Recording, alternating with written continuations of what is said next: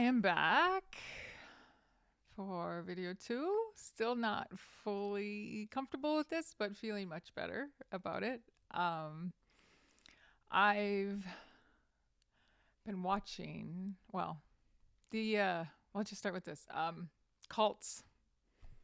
Gotta love them, right? Like, we are, as a culture, we seem to be obsessed with them. And there's tons of documentaries about them. They've existed in, as far as I know, at all parts of our existence. There seems to have been a big swell of them in the 60s and 70s when there was a lot of,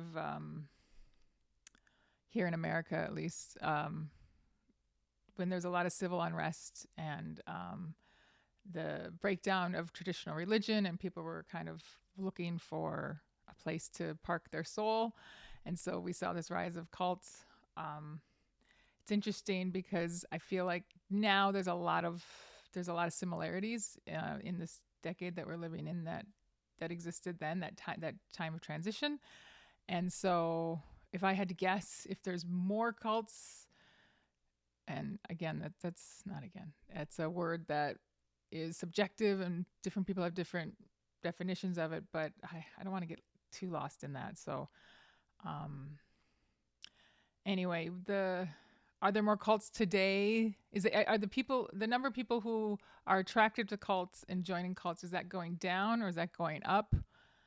I don't know. I imagine that it's going down, but there does seem to be uh, a bit of a morbid fascination with these things, and so with cults and the people who join them, the people who lead them, what happens inside of them, the question of why. Why would someone want to form a cult? Why would someone want to join a cult? Why would someone join and then why would they leave? Um, I mean, all these are things are very interesting, and so I understand the fascination, um, but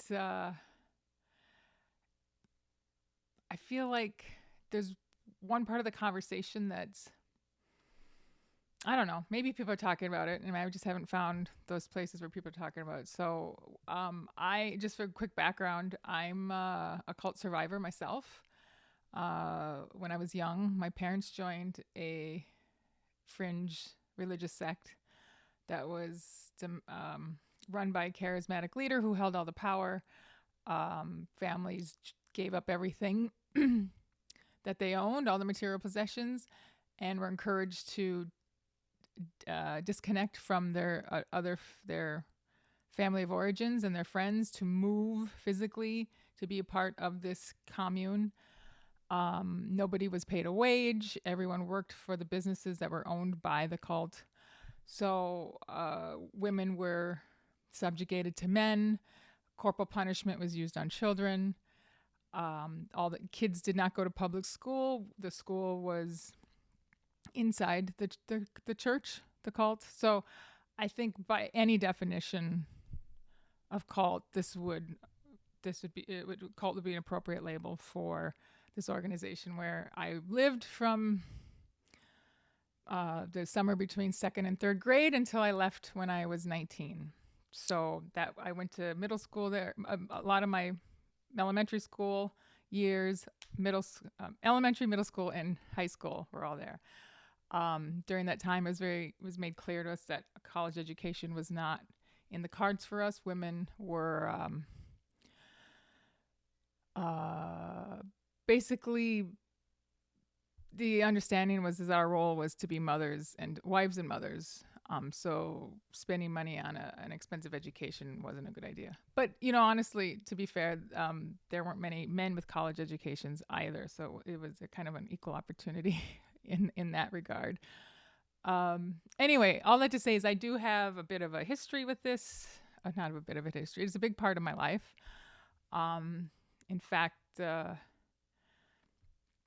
when I did finally leave that cult, I ended up immediately joining what I see now as a much smaller cult, and that was a relationship, an intimate relationship with a very abusive person who became my husband and the father of my kids, and we were together for 24 years. And yeah, I feel like I can look back and see like, oh yes, my time in that more visible cult and all the grooming that happened there definitely set me up really nicely to fall into a much smaller cult that took me much longer to get out of. Anyway, that's a whole other story, and but all that to say is that definitely informs these opinions that I have, these viewpoints that I have, and so as someone who has survived two cults, I think we don't give enough credit. Online, I hear a lot of anger at the cult leaders, the people who are perpetuating this abuse and this manipulation and schemes that convince people to give up their money in order to be more closely tied to these organizations and their teachings. I would like to argue that we shouldn't spend any time being mad at cult leaders. I think if someone is drawn towards a cult, like towards wanting to be a part of something like that's the bigger issue. That as long as there's something inside of you that's drawn to that for whatever reason, it doesn't matter who the cult leader is, that part of you is going to find someone who will take advantage of that. There's lots of people who get off on the idea of control and power and need that in order to feel good about themselves. And I'm not going to talk about them or to them. Like, I think for the most part, those people are not interested in this kind of content. They don't care. And so, and that's not that's not the path I took. And so my experience is more about being the person who was once attracted to that type of person, and who found that type of person who was craving power and use that power to manipulate and control, finding that person attractive. And so I feel like as long as there's someone in the world, as long as there's people in the world who have something inside of them that finds that attractive, there's going to be cults, right? So instead of getting mad, instead of putting our energy at being mad at cult leaders, obviously if they break the law, if if they do anything that's punishable by the laws of the land, obviously that should be pursued. I'm not saying they should be getting away with this, but spending any kind of energy being mad at them, or how dare they, or I can't believe this is happening, like that doesn't get us anywhere. What ends cults? A cult leader's not going to willingly give up their power. What needs to happen is that the person who's attracted to a cult needs to take their power back. What I did in my marriage was I gave up my power and I handed it over to my spouse, and I let him be in control of me. And it wasn't until I decided that I wanted my power back that I was going to get out of it. He wasn't going to just willingly say, oh, you don't want to be treated like this anymore? Fine. Like, I mean, I wanted to believe that was possible. And I went through many cycles of hearing, oh, sure, I can change, and wanting that to be true. But ultimately, it wasn't possible. And it wasn't his job to set me free. It was my job to set myself free. So I don't anticipate many people are going to take this. I can imagine that it sounds like I'm blaming victims or whatever, and I don't want it to feel that way, and I don't want people to think that that's what's happening. But there's that but. I think we're going to get further faster if we can start shifting the conversation there. So rather than being mad at cult leaders, let's be compassionate towards people who are joining these organizations, and not that people aren't being compassionate. I'm not quite sure where I was going with that. Yeah, so I guess so that next step of recognizing that we can't spending any time blaming cult leaders. Oh, this is another point I wanted to make. I think there's this traditional notion of cult, like especially in the context of religion or spirituality. But I think if we pulled back a little bit and kind of narrowed it down to using control, manipulation, there's some more points here, but in many ways we're living in there's bigger cults than just these ones that people voluntarily choose to join. For example, the cult of political parties. We see that a lot with people who are like hardcore Democratic. Like, it doesn't matter what facts you present to them, they just toe the party line. It doesn't matter what everyone else can see with their eyes. Like, they toe the party, and the same is in Republican circles as well. We see that and then now we have a media system that backs that up and reinforces it. So if you're not going along with the narrative of the two major parties, which one could argue, and I would argue, one could argue justifiably that they really kind of are they're the same party with two different sides. Anyway, that's a whole other discussion. If the way you think and act isn't fit in court accordingly into that narrow parameter set by the two political parties and the media system that's in place to reinforce that, then you're pushed out, you're excluded, you're isolated, you're smeared, you're gaslit. Like, there's all these tactics of a narcissistic system. All of that comes down upon you. And so I think before we become too critical of people who join and control these smaller cults, if we could take a broader view and recognize the cults that we're a part of, including our governments, like the control that the governments have over us and how they keep us in check and in line. Like, and I don't know of a single cult that wasn't headed up by someone who one could argue has narcissistic tendencies, if not full out disorder, probably full disorder. I mean, to be cult leader, it'd be, no, by definition, a cult leader is narcissistic, I would say. And if I'm wrong, maybe I should do a little more research on that, but that's what it feels like to me.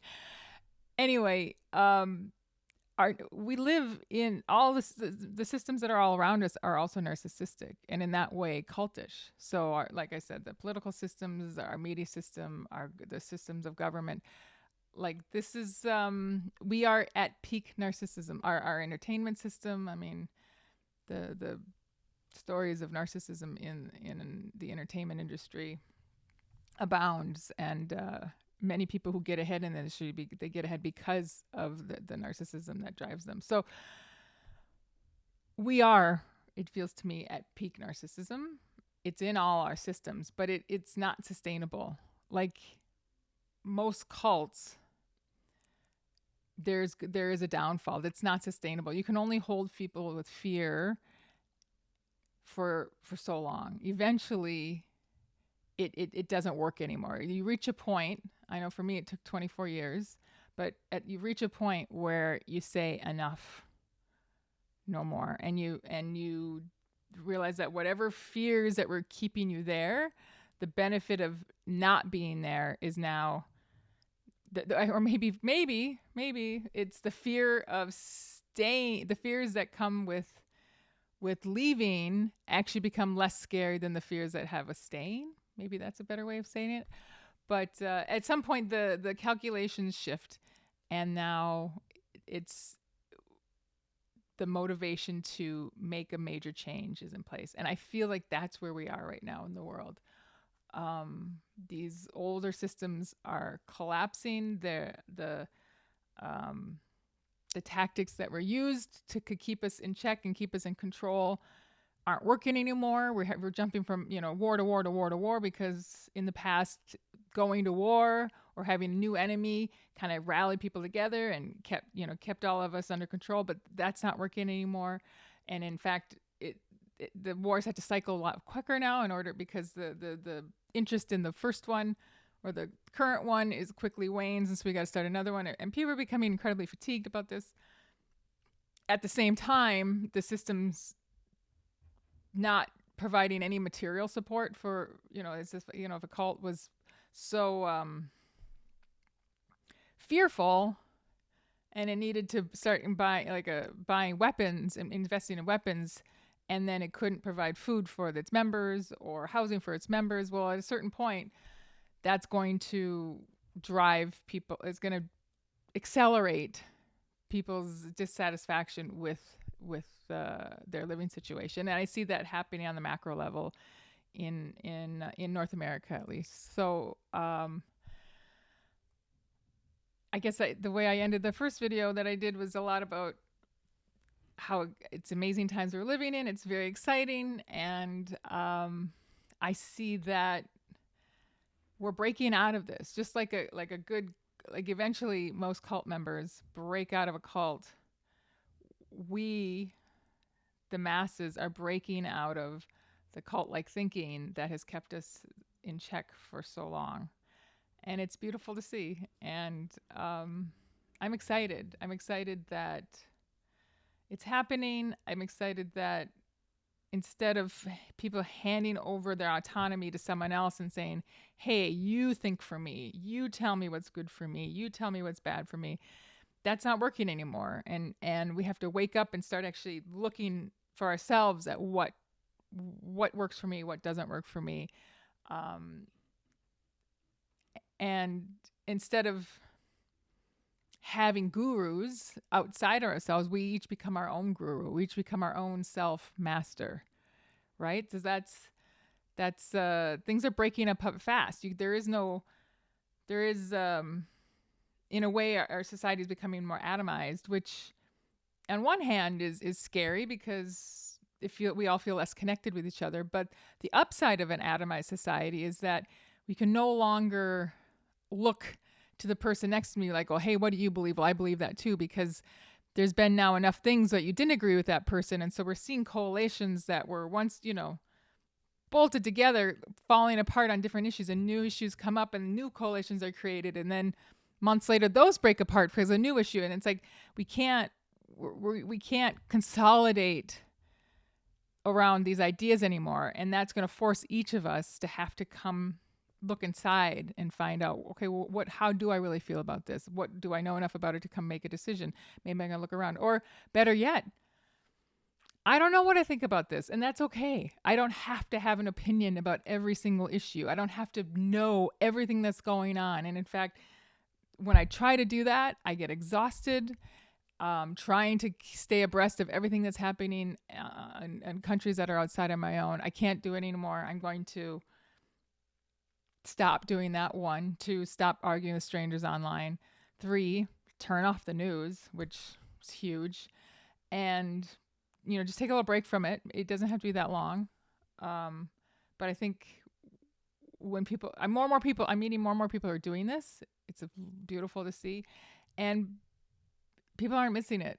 You had someone who's like me. I was such a news junkie. And when I finally pulled back from that, wow, what a break that was. A much needed break from all the drama that was completely out of my control. So, yeah, not rushing to create coalitions, but coming into our own, discovering our own self-mastery, realizing that there's only so much we can control. In fact, the only thing we can really control is inside of us anyway. So focusing on that is the best way to bring peace to the world. It's as cliche as that sounds. Yeah. So this one was very rambly, and that's fine.